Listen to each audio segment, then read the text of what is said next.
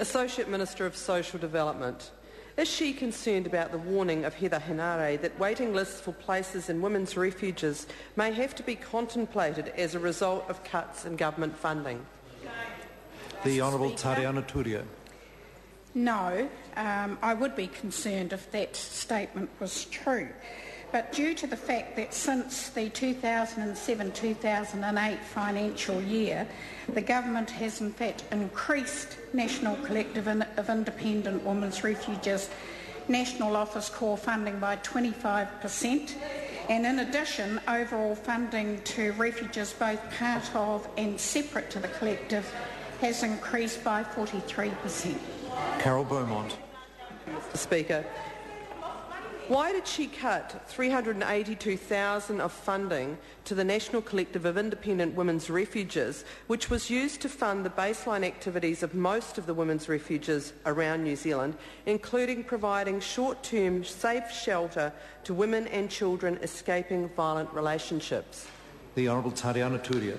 Mr. Speaker, the $302,000 was in fact money that was given to the refuges for educational purposes, not for the housing of women in those situations.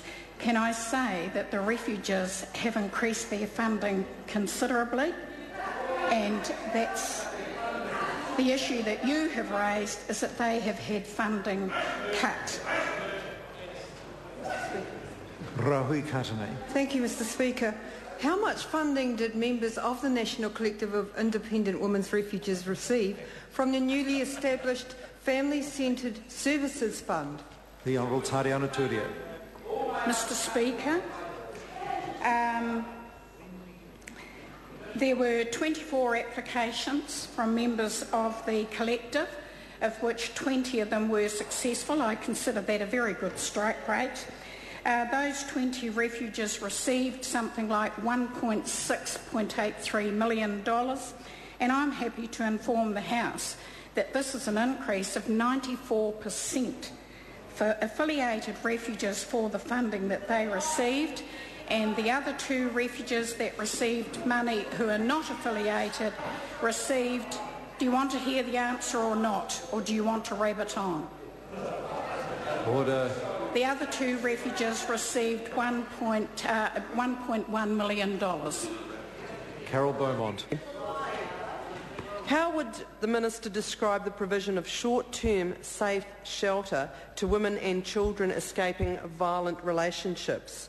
As a frontline service or a back office function?